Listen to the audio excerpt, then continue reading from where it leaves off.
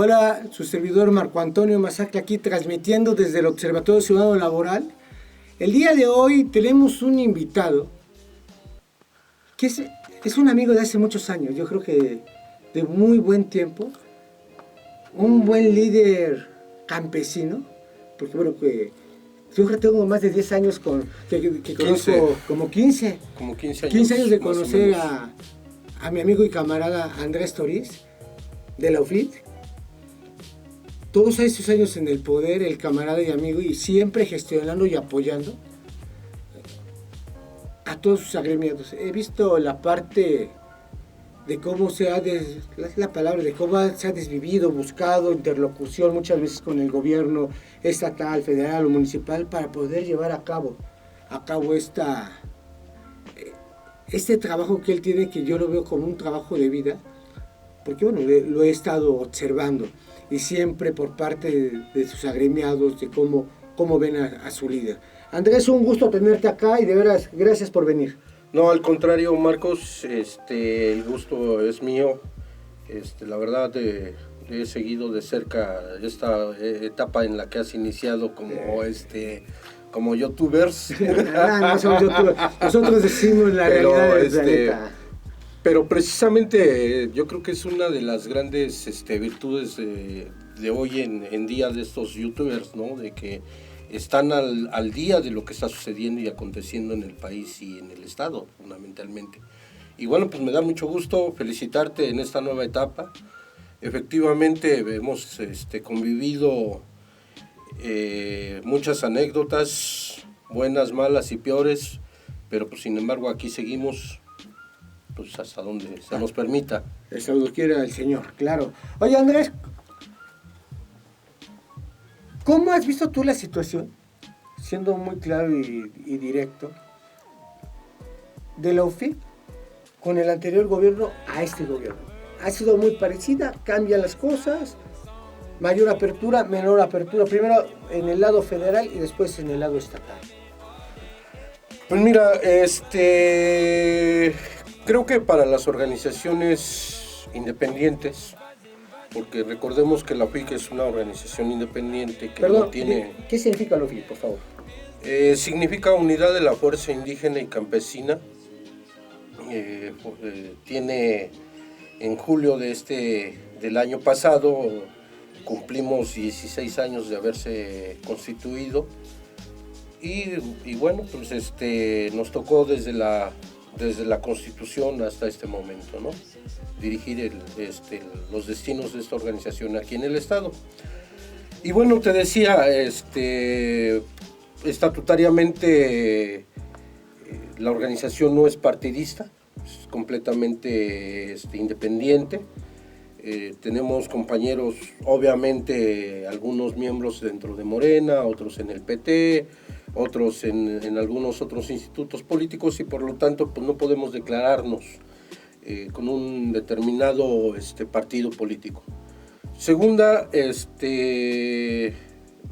por esta misma situación, pues siempre fue complicado la relación con los gobiernos anteriores y obviamente con el gobierno actual. Complicado con el gobierno actual en el siguiente sentido, porque quiero decirte que muchos de nosotros impulsamos este proyecto. Creo que no estamos arrepentidos, pero sí hay una laguna ahí que no se ha querido ver. Indudablemente el señor presidente de la República, pues a todas las organizaciones nos ha metido en un solo costal, ¿no? Y nosotros decimos que no es así.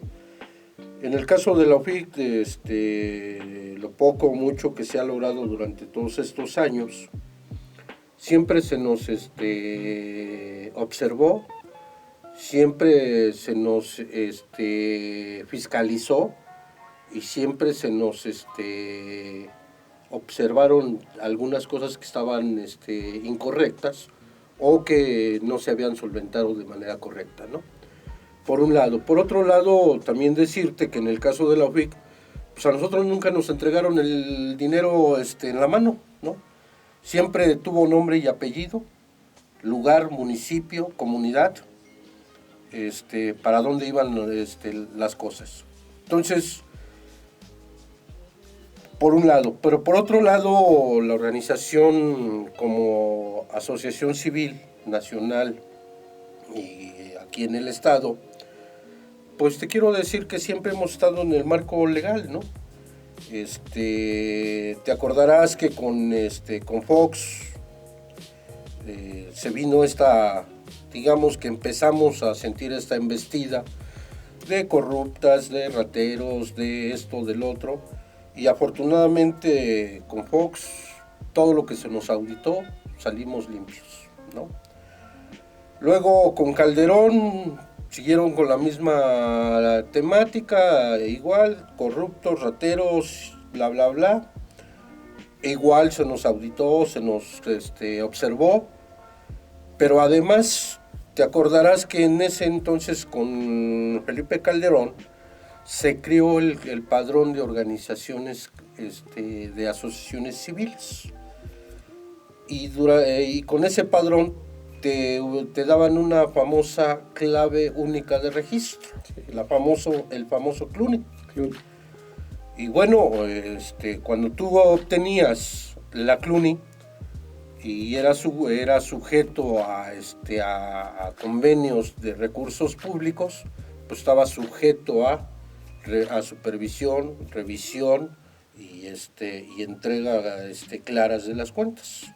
Pero además no nomás en eso, sino también como asociación civil, pues tenías que estar dado de alta en Hacienda y por lo tanto tenías que hacer tus declaraciones de impuestos y demás, pues para poder estar vigente, ¿no?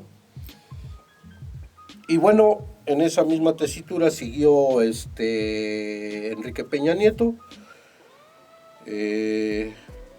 muy, muy complicado, obviamente también muy complicado el tema con Calderón, porque por el tema de que se dio con Andrés Manuel, el robo de la presidencia de la República, en fin, sí fueron momentos muy complicados, tuvimos la oportunidad de sortear todo eso, y bueno, con Peña Nieto pues no vivimos un escenario diferente, enemigos de toda la vida, y bueno, pues con Andrés Manuel, con esta situación de que nada con las organizaciones y que todo de manera directa, pues quiero decirte que a nosotros en lo personal y como organización no nos preocupa, porque siempre ha sido así, ¿no? Yo creo, hago un paréntesis ahí, porque quizá las personas que nos estén viendo dicen, bueno, ¿por qué todo este escenario? Yo quiero comentarles, y si estoy mal, por favor me corriges, que siempre se había manejado que todos eran a través de las organizaciones campesinas, para lo del campo, con Sedatu, Sedesol, o hoy que tenga todo nombre, pero todo era gestionado a través de estos. Y ya ustedes incluso hacían la chamba. O sea, nosotros hacíamos la chamba de recorrer las comunidades, los ejidos, los municipios, y sin ni un sueldo, porque además es cierto, sin ni un sueldo. Y inclusive éramos promotores de toda la maga de apoyos que había para el campo, pero además de promotores, pues también te convertías en capturista. En capturista, pero además de capturista te convertías en corresponsable de la utilización del recurso. Por eso cuando habla de Hacienda, cuando habla de todo esto, era porque le decía 10 pies de casa, un ejemplo. Los compañeros tenían que ver en qué municipios estaban.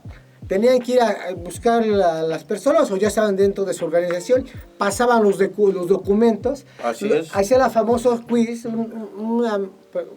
un estudio socioeconómico. Como de 150 preguntas. Más o menos. Que te aventabas como 3 horas o 2 horas por cada uno. Por cada formato le llamábamos. Aunado a eso, ellos todavía agarraban de eso y eran promotores porque tenían que explicarles.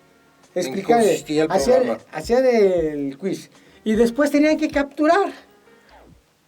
O sea, le hacían esa chamba al gobierno federal. Así es. Hacían esa chamba y ya metían los papeles.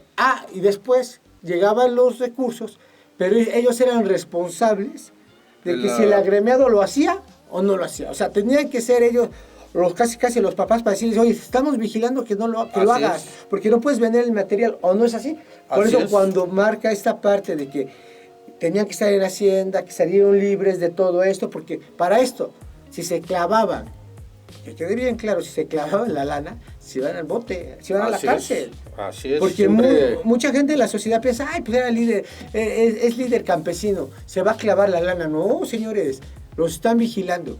Y si no, en ese momento, de veras les hacían todo un expediente, y si no comprobaban... sí, porque acuérdate que perdón que te interrumpa, nada más para complementar un poco más. Acuérdate que como eran recursos públicos, había de dos. O era la devolución total del recurso. Si por ejemplo era una vivienda rural que se inició con 25,000 pesos, si uno de los agremiados vendía la varilla, vendía el cemento, vendía el block, el Armex, la arena, la grava, y no hacía la recámara, era con cargo a la organización, no con cargo al beneficiario, como corresponsable de la aplicación del material o del recurso. Entonces, por eso teníamos que estar muy vigilantes en cuanto a la aplicación efectiva del recurso. Inclusive les decíamos, y aquí hago un paréntesis un tanto en broma y un tanto en serio, que el material no era para los 15 años de la niña, porque sí pasaba. ¿no? Porque sucedía pasar, y que era para realmente hacer sus recámaras. Y mira, te puedo decir con mucha certeza de que cada uno de los pesos que les dieron a nuestros compañeros, digo, sí hubo quienes hicieron un uso inadecuado, pero en gran porcentaje sí tuvimos la oportunidad de que hoy hay cuartos dignos, a lo mejor no la mansión, no la casota, pero sí hay cuartos dignos, sí hay casas dignas, sí hay invernaderos en producción, en Chinahuapa, en la región de San Martín, con jitomate, algunos compañeros con crisantemo, algunos otros con rosas, y todavía en algunos lugares todavía hay compañeros con vacas, con chivos, con borregos, ¿no? Que de alguna manera eso les ha permitido sobrevivir. Pero bueno, eso como anécdota. Hoy con Andrés Manuel, fíjate que creo que Andrés Manuel no ha entendido que tiene una pequeña y gran equivocación. Como hemos sido organizaciones sujetas a la ley, pues obviamente lo que hacemos está en el marco jurídico de la Constitución. El derecho de petición, el derecho de asociación, el derecho de expresión y el derecho del desarrollo agrario y territorial, que está enmarcado en cada uno de nuestros artículos, en el 8º, en el 9º, el 27 constitucional, el 19, en fin. Y entonces, cuando tú escuchas al señor presidente decir nada con las organizaciones, dices, bueno, pues él tiene su visión, tiene a lo mejor su forma de ver las cosas, pero finalmente pues nosotros estamos en ese marco que la ley nos permite, que la Constitución nos permite, ¿no? Claro. Y entonces, mientras no salgamos de ese marco que la Constitución nos permite, pues el señor presidente podrá decir lo que guste, ¿no? Con esto no quiero decir que tenemos desaveniencia con él, simplemente diferimos de su punto de vista, de su forma de ver a las organizaciones, porque además, ahorita vamos a entrar a algo bien interesante cuando toquemos el tema del Estado, ¿no?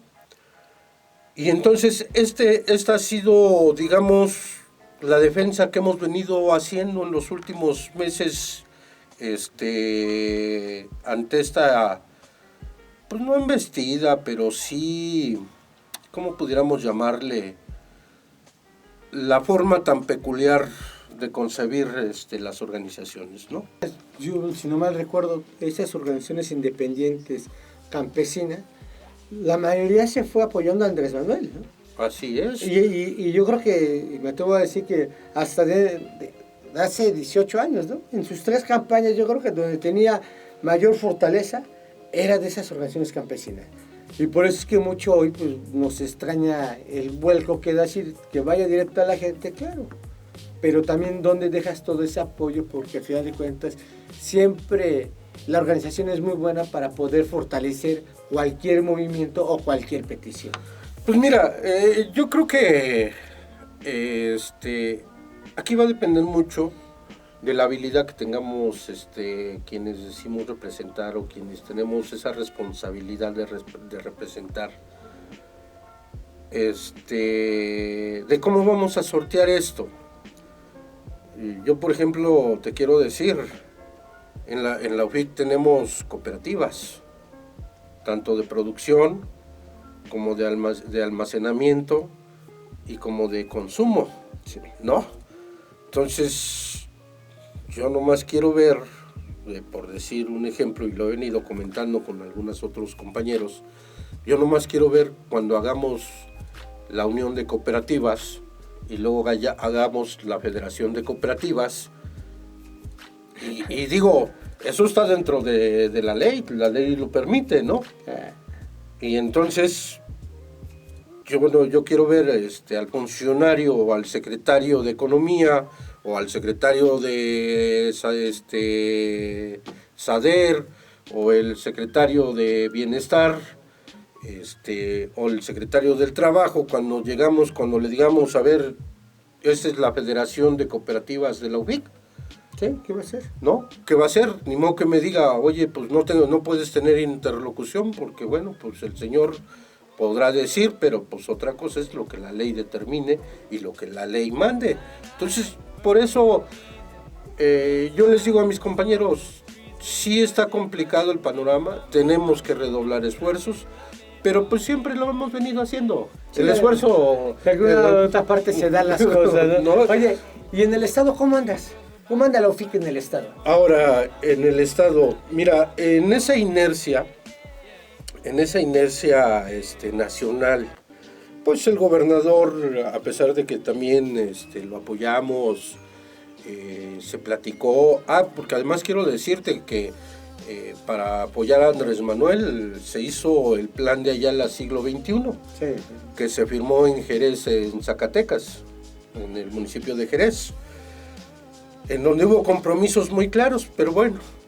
Pero bueno, pero sí, hasta la voz te salió, pero bueno, está bien, adelante. Pues es que, digo, habemos quienes no vamos por puestos políticos, no vamos por puestos burocráticos, sino porque haya una transformación real del campo mexicano y del campo poblano, ¿no? Y yo creo que mientras tengamos fuerzas, pues vamos a seguir en esa, claro, en esa tesitura. Ahora, en el caso de Puebla, pues mira, no hay ninguna diferencia ni con el gobierno de Rafael Moreno Valle, ni con el gobierno de Luis Miguel Barbosa Huerta. ¿No hay diferencia? No hay diferencia, todavía se acrecenta más con Luis Miguel Barbosa, porque por lo menos con el otro, pues por lo menos había entendimiento, ¿no? No había acuerdo, pero había entendimiento de